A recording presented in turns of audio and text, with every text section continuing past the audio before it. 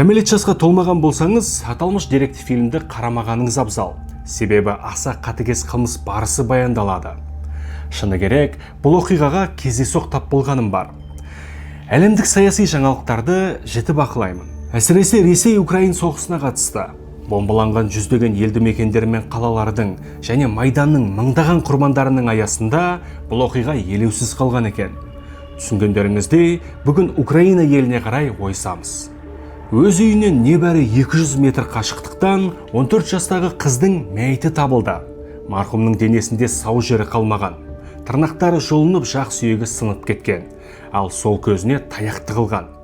Бірақ сорақысы бұл емес. Мәйіттің жыныстық мүшесіне де таяқ тықылап тастаған анықталды.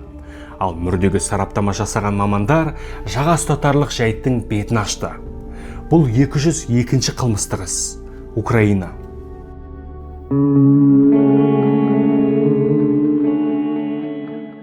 Шыны керек, трейдинг саласы қиын болып көрінеді. Көптеген түсініксіз сөздер мен терминдер, тәуекел және тағысын тағы. Сондықтан тек есепшілік білімі бар адамдарға арналғандай көрінеді. Бірақ Pocket Option'ды байқап көріп, мен ойлағандай қиын емес екенін түсіндім. Аталмыш алаң ыңғайлы әрі өте ұғынықты. Яғни кәсіпқой болу міндетті емес. Таңдау мүмкіндігі орасан зор. Яғни валюта, акциялар, индекстер және крипта секілді 130-дан астам активтермен сауда жасауға болады. Ең бастысы 24-те 7 жұмыс жасайды, ал табыстылығы 92%-ға дейін. Аталмыш телеграм арна сауда жасауды едәуір жеңілдеткені бар. Атауы Чел Спатриков. Әкімшісінің тәжірибесі мол, өзі сауда жасайды. Сондай-ақ айқын белгілер беріп, нарықты ауызекі тілде түсіндіреді. Оған қоса, тікелей эфирлер өткізіп тұратындықтан қарап отырып үйрену мүмкіндігі бар. Яғни оның артынан қайталап, бәрін ұғынуға болады. Бос әңгіме немесе сылдырсу жоқ. Телеграмды ашып, белгіні көріп мәміле жасау. Сілтемесін төменде қалдырдым. Трейдинг саласына қызыққандар болса, қарап көріңіздер.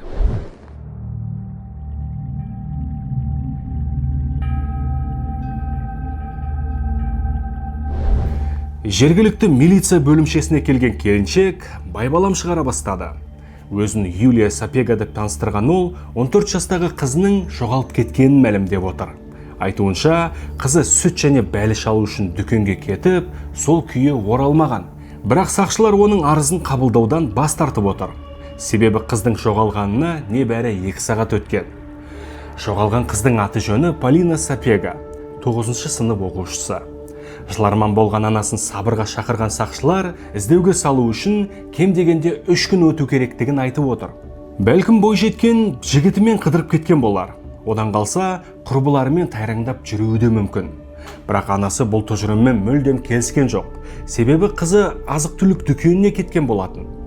Ал сақшының пікірінше, қызы дүкенге барамын деп анасынан ақша алған соң, сайран салуға кетіп қалған болса керек. Милициядан еш қайыр болмаған соң, Юлия Сапега жақындарын және құрбы достарын жәрдемге шақырады. Сөйтіп 15 шақты адам болып, өз ықшамауданын шолуға кіріскен. Қызының ұялы телефоны сөндірулі. Сыныптастары мен құрбылары Полинаның қайда екенінен бейхабар. Ал дүкен сатушысының айтуынша, Полина бір құты сүт және бәліш алып кеткен. Ықшамаудан аймағындағы барлық кафелер, түнгі клубтар және саябақтар қаралғанымен 14 жасар Полина табылған жоқ. Бәлкім көлік қағып кеткен болар деп, анасы жергілікті ауруханаға да бас сұқты. Бірақ қызының сипаттамасына сай келетін ешкім түспеген болып шықты. Ал мәйітхананы тексеруге дәті шыдамайды. Осылайша 7 сағаттай уақыт өтті.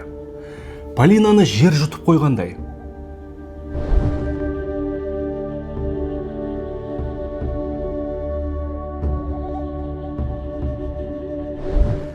Түнімен көзілмеген Юлия Сапега таң атпай милицияға хабарласты. Бірақ сақшылар сол баяғы 3 күн жайлы сандырағын қайталап, тұтқаны қоя салған. Енді іздеу шараларына 14 жасар Полинаның сыныптастары қосылды.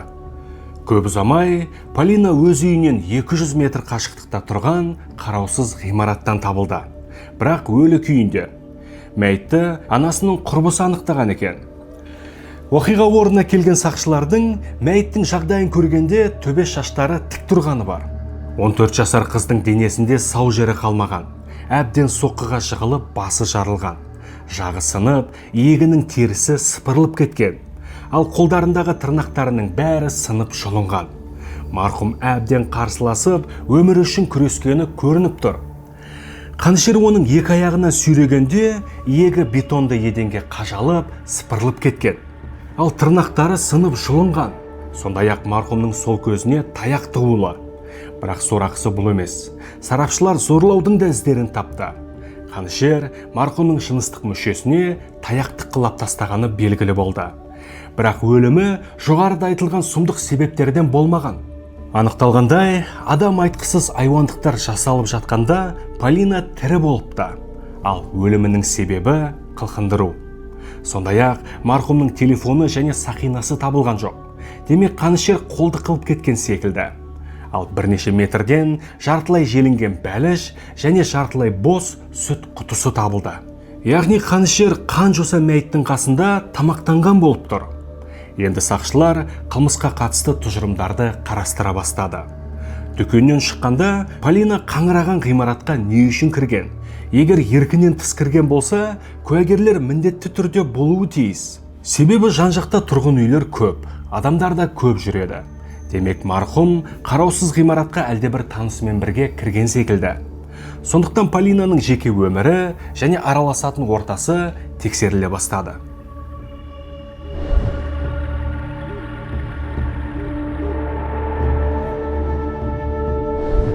14 жастағы Полина 9 сынып оқушысы. Оқу озаты әрі сыныбының старостасы. Өте белсенді. Мектептегі барлық шараларға қатысатын болған. Анасының жалғыз баласы. Әкесі 7 жасында қайтыс болып кеткен. Бірақ анасы сол күйі тұрмысқа шықпай, бар ғұмырын қызына арнаған. Құрбылары мен сыныптастарының мәлімдеуінше, Полинаның теріс әдеттері болмаған. Яғни темекі шекпейді, ішімдіктен алыс. Көңіл қосқан жігіті жоқ. Себебі болашағын өз қаласымен байланыстырмаған екен. 9 сыныптан кейін ақштағы авиация колледжіне түсіп, бортсерік мамандығын меңгергісі келген. Сөйтіп бірнеше жылда аяққа тұрып алған соң, анасын ақшқа көшіріп алуды армандапты. Полина реңді қыз болғандықтан, сезім білдірген жігіттердің болмауы мүмкін емес. Бәлкім бұл айуандық қылмыс жауапсыз махаббаттан жапа шеккен жігіттің ісі болар. Нәтижесінде сақшылар марқұмға көңіл білдірген 4 жақты жігітті анықтады. Бірақ ешбірінің аталмыш қылмысқа қатыстығы расталған жоқ. Жалпы оқиға күні Полина мен таныстарының ешбірі жолықпаған болып шықты. Демек марқұм қараусыз ғимаратқа бейтаныс адаммен барған. Бірақ не үшін?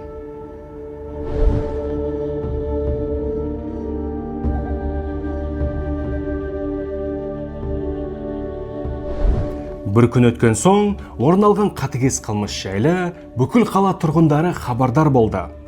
Түрліккен жұрт неше түрлі қаңқу сөздерді таратып, марқұмның әлдебір сатанистердің құрбаны болғаны жайлы қауесеттер пайда болды.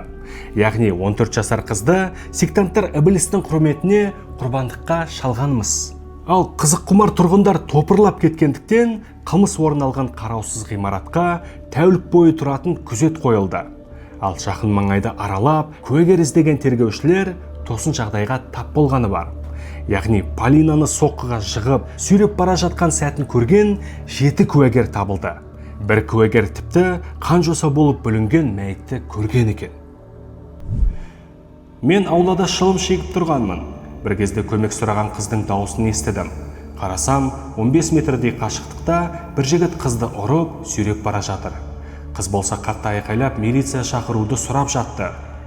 Мен қарап тұрдым. Жанжалдасып қалған ғашықтар деп ойладым.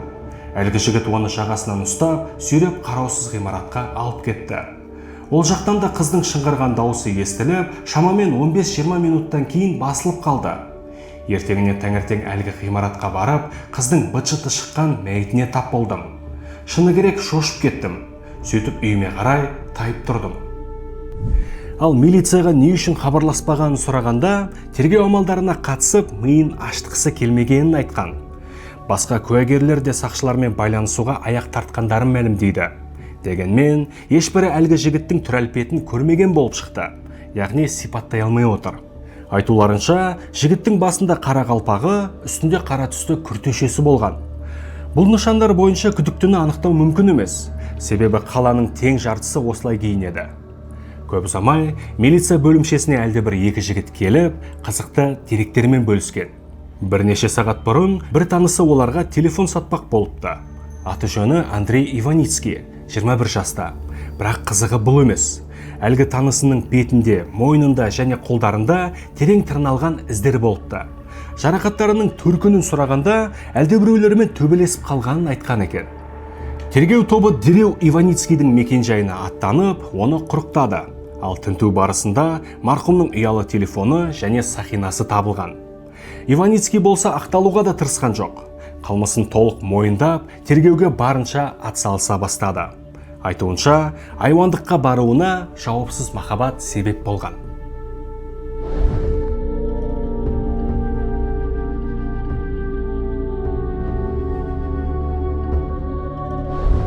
«21 жастағы Андрей Иваницкий Макеевка қаласының тұрғыны. Машинист мамандығы бойынша білімі бар болғанымен жұмыссыз. Ауқатты толық отбасыдан.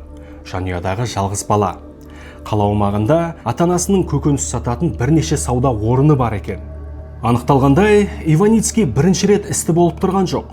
Ол 2012 жылы, яғни 2 жыл бұрын, әлдебір қаңғыбасты соққыға жығып өлтіріп, мәйітін өртеп жіберіпті. Нәтижесінде сот шешімімен 8 жылға қамалып кеткен. Алайда түсініксіз ғажайып орын алып, ісі қайта қаралады. Сөйтіп болған тағылған кісі өлтіру бабы өз күшін жойып, қаңғыбасты өзін-өзі қорғау барысында кездейсоқ өлтіріп қойған болып шықты. Нәтижесінде 1,5 жыл отырып, бостандыққа шығып кеткен. Күндердің бір күні қалада серуендеп жүрген Иваницкий Полинаны көзі шалып қалады. Әдеміше келген бойжеткенді ұнатып қалған ол, көп ойланбастан қасына таяп, танысуды ұсынған. Бірақ Полина өзінің небәрі 14 жаста екенін айтып, танысудан бас тартады. Иваницкий райынан қайтпай телефон номерін сұрай берген соң, Полина оны боқтап кетіп қалған. Кішкентай қыздан сөз естіп қалғанына ол қатты намыстанып қалды. Бірақ күндіз әрі жан-жақта адамдар көп болғандықтан сабырлық танытуға мәжбүр болыпты. Бірақ іштей кектеніп қалған. Айтуынша, Полина оны менсінбей танысудан бас тартты. Сондықтан өліміне бойжеткеннің тәкаппарлығы кінәлі.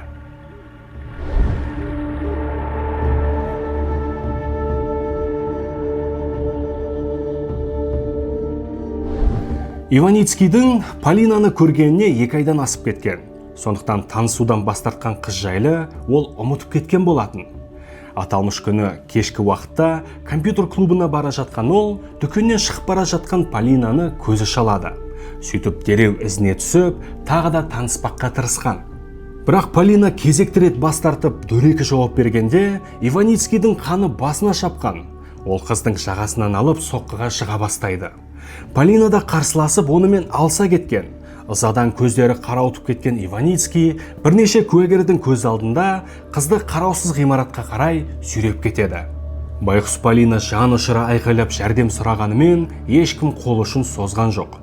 Ғимарат ішіне кіргенде де Полина қарсыласуды доғармады. Ұрды, тепті, тырнады, бірақ соқпалдай жігітке шамасы жетпейді.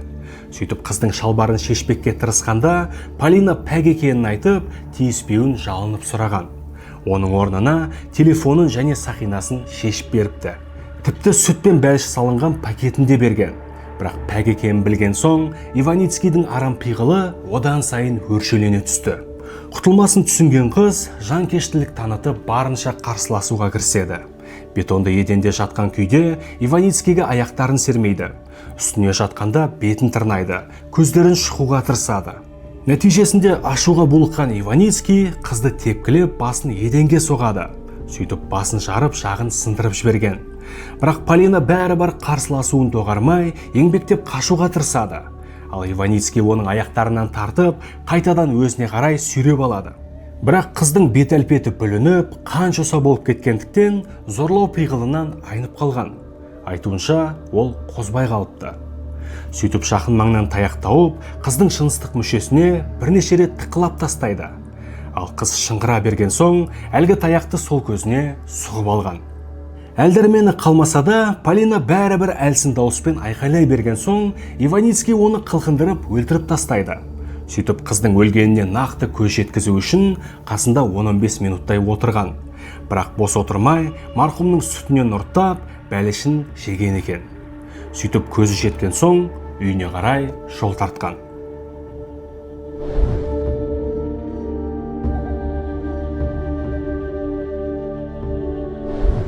Бастапқыда аталмыш іс украиндық сотпен қаралып жатты. Алайда Донецк облысы тәуелсіздігін жариялап, Украина құрамынан шығып кетеді. Нәтижесінде ел аумағында азаматтық соғыс басталып, аталмыш іс қараусыз қалған болатын.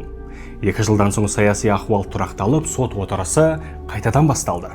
Бірнеше қорғаушы жалдаған Иваницкий өзінің сау емес екенін дәлелдеуге тырысқан. Мұны тіпті оның ата-анасы да растайды. Яғни баласының кішкентай кезінен әлдебір елестерді көретінін айтқан.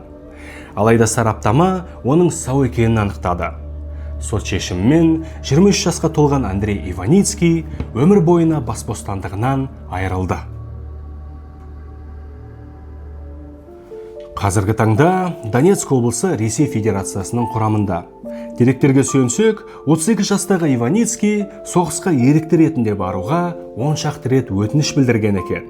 Бірақ өтініші қабылданбаған соң, Украина азаматы екенін алға тартып, өзін Киевке тапсыруын сұрап жатқан көрінеді. Ал Полинаның анасы Юлия Сапеганың жасы 47-те. Марқұм қызының парақшасын әлі күнге дейін жүргізеді. Қызының туған күні мен қаза болған күні тиісті посттар жариялайды. Оған қоса, жануарларға қамқорлық жасайтын ұйым ашып, қаңғыбас ит мысықтарды құтқарумен айналысады. Арнаға жазылуды ұмытпағайсыздар. Абай болайық.